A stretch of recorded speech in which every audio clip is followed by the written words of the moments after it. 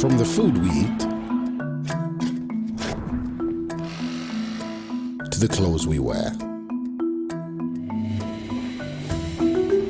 to our communication devices. Commodities are the common link. Harnessing these resources for the benefit of the continent has long been hampered due to a lack of a consolidated continental strategy. The African Union Agenda 2063 is the strategic framework developed to provide sustainable economic growth, and amongst its key initiatives is the development of a commodities strategy for Africa. This is a continent that during the colonial era was essentially meant to provide raw materials into the industrial machine of Europe.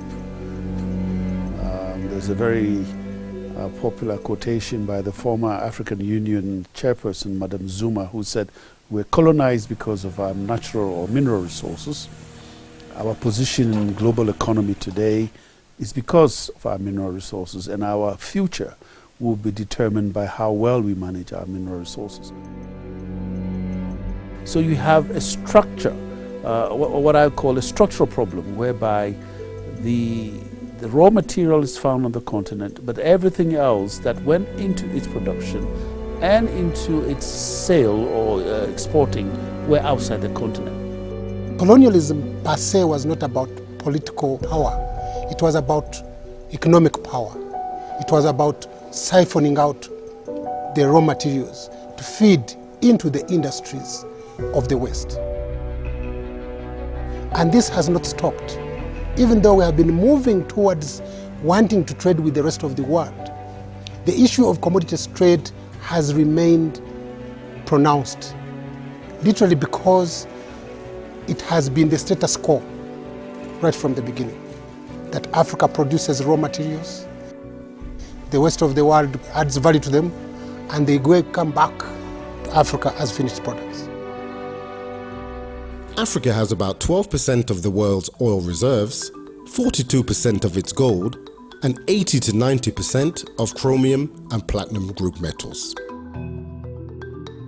While the global financial crisis did slow development, commodity sector prices have enjoyed successive growth since the early 2000s.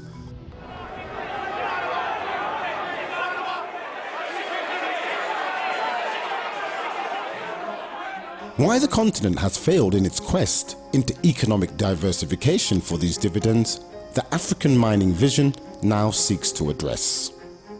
The Africa Mining Vision is essentially the centerpiece of the commodity strategy. It was developed as a blueprint to allow the mineral resources to play their transformative role in social and economic structure transformation, to contribute to industrial development. When you look at most of our African countries, they have minerals. But our mineral sector is composed mainly of what I may call external investors. We have, on the other side, artisan and small-scale miners who are scraping the soil for a livelihood, but at the same time, who are our Africa's private sector. So the Africa Mining Vision looks at, you want to export some of your raw materials. If you export your raw materials, use the money, develop the infrastructure, which are side stream linkages, and build industries for those sectors you want to develop. In this paradigm shift, we need to relook on how do we define our investment policy. Maybe the next investment you need is not outside there, but is in the next country. The African region today remains one of the most heavily dependent upon the commodity sector for our agro-resources, fuels, and mineral resources. The commodity strategy envisions a robust-led industrialization policy, thereby implementing value-added practices and higher remittances for all our natural resources that we consume and ultimately export.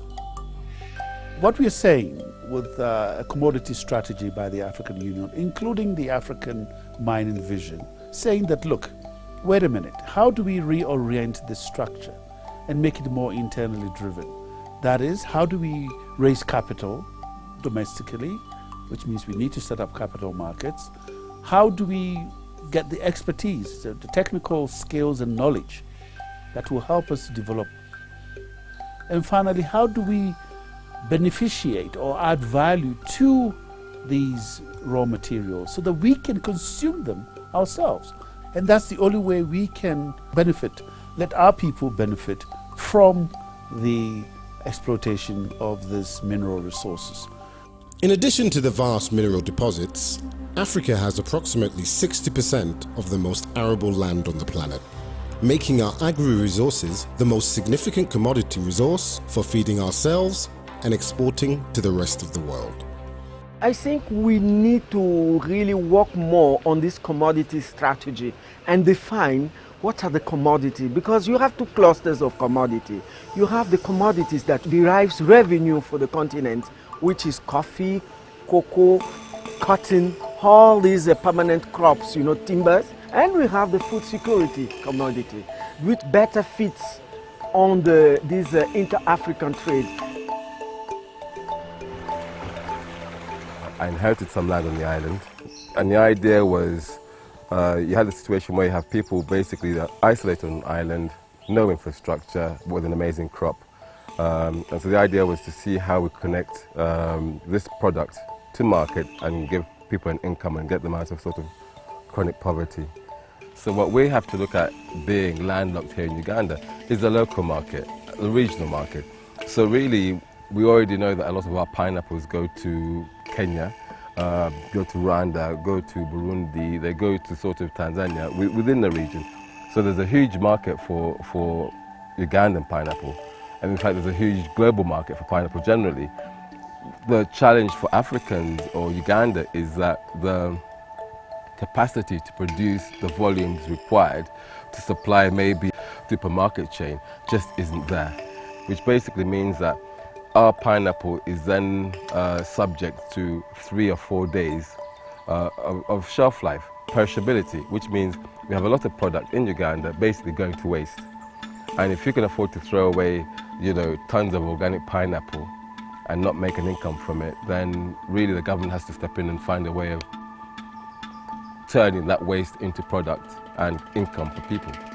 The indications are clear. While economic growth remains strong, increased income generation can be yielded by integrating a fresh approach to our commodity wealth, which will further catalyze the continent's development. Africa is at crossroads as we speak.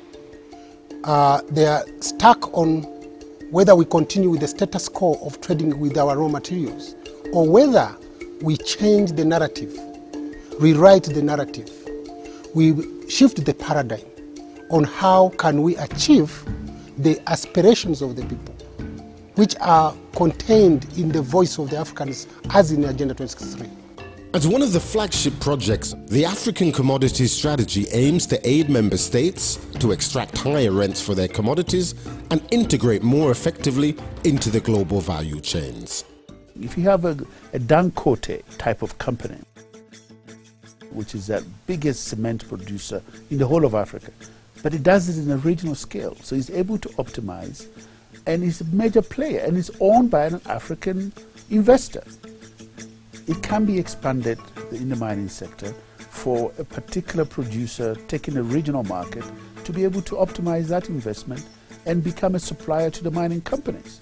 And that will create jobs, that will expand the tax base of a mining investment, as opposed to what we have now, where all the inputs, all the suppliers comes from outside. So the resource owner who has sort of concessioned the resource is getting practically nothing in terms of the value chain. For me, the heart of the commodity strategy is not about the minerals. It's not about the agriculture commodities. It's not about the oil and gas. It's about a smart Africa. Many Africans are tired of this kind of lamenting as if we have no responsibilities. We are the ones who sign agreements without analyzing them. We are the ones who maybe sometimes think that there's a shortcut to development. It's a long road, and that's a good reason why It's all falling under Agenda 2063. But Agenda 2063 doesn't mean procrastination. It means we start now and we have a phased approach, a step by step, in how we're going to get there. There are some inspiring stories across the continent. Let's take agriculture. You know, in Ethiopia, they have the commodities exchange, which came as a surprise to everyone. Can you really do that with coffee? Yes, you can.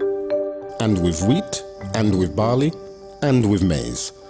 The Ethiopian Commodity Exchange has proved that a transparent and secure marketplace environment for all agri-stakeholders can be achieved. When you look at the regional value chain, the first one is the farmer. The farmer is the one who's actually producing the crops. Then the farmer has to sell these commodities to aggregators, or the people who are actually aggregate the commodities and sell to the next level. Through this system, a lot of transaction happens which are actually adding no value into the commodity. By shortening the value chain, we are planning to add value or margin to the farmer, so that the farmer will get more margin than before. Before, there are so many middlemen in the middle. They are taking the commodity, rebagging and hand it over to another aggregator. We want to reduce that one and to make a farmer to the market. This is how we are trying to make our market a little bit efficient and to have a very short supply chain of commodities in the market. With commodity prices also being inherently volatile, the imminent implementation of the African Continental Free Trade Area should counter this vulnerability by stimulating economic diversification and incentivizing internal continental demand.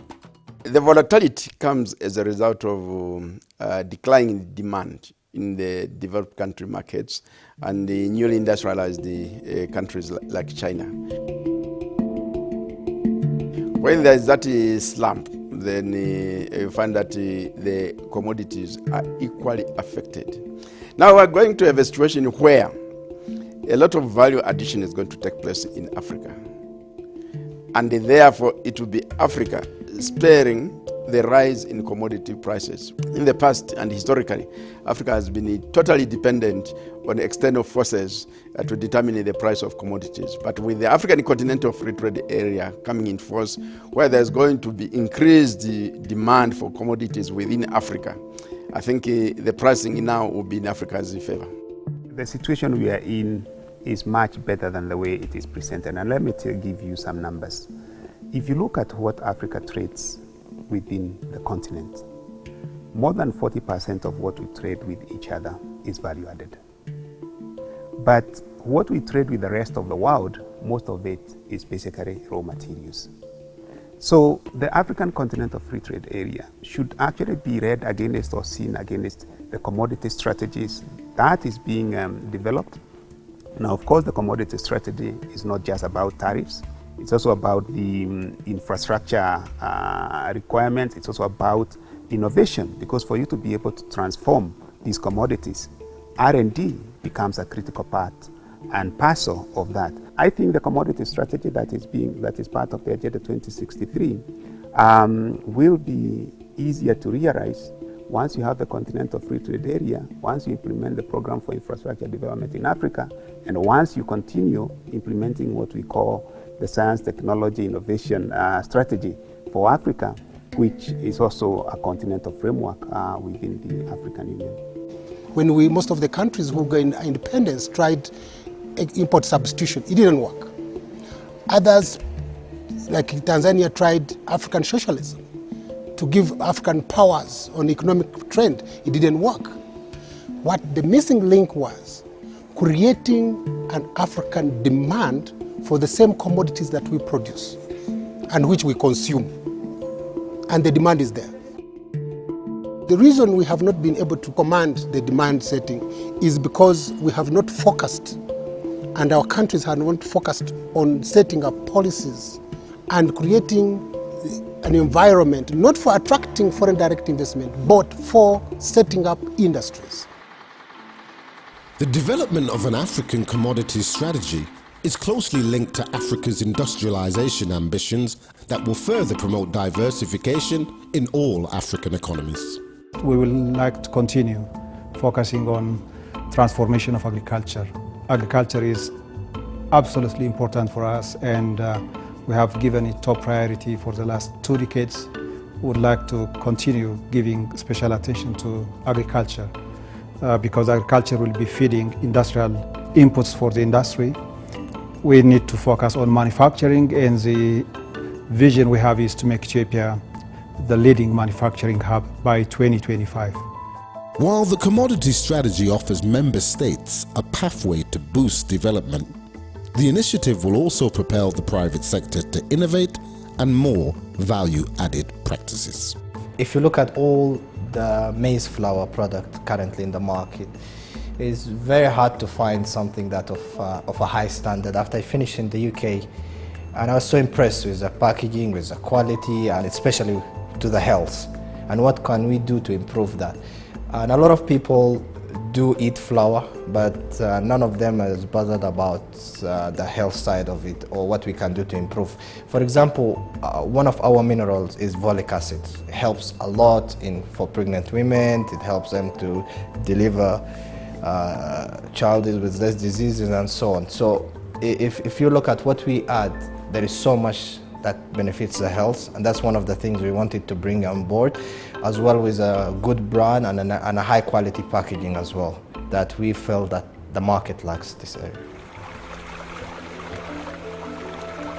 So what we found was that pineapple being such a perishable crop, if we could find a way of extending its shelf life and preserving it would be a way of adding value to it. And the simplest way that we could think of adding value and preserving it and extending shelf life was one of the oldest methods in the world, which was simply drying. Once you've peeled the pineapple, sliced it and dried it, suddenly you have a product which is lightweight for export, has a long shelf life and becomes a convenient, healthy option snack. In terms of creating the sort of critical volume to export, you have some time to build up. Whereas some crops demand that you send huge volumes all at once, which puts a strain on the community if they're not up to export standards or export volumes. So those were the sort of things that we found by trial and error.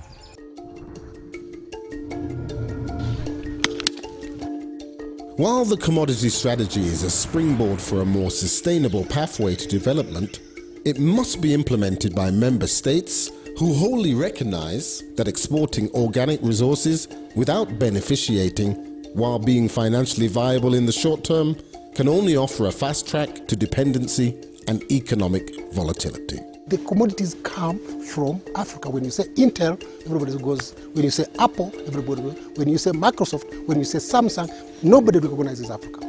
Now, if we can, at least in the next 10 years, try to add value to those commodities that we can control competitively, then we shall have our own terms and we shall control the economy of the world, and we have that potential.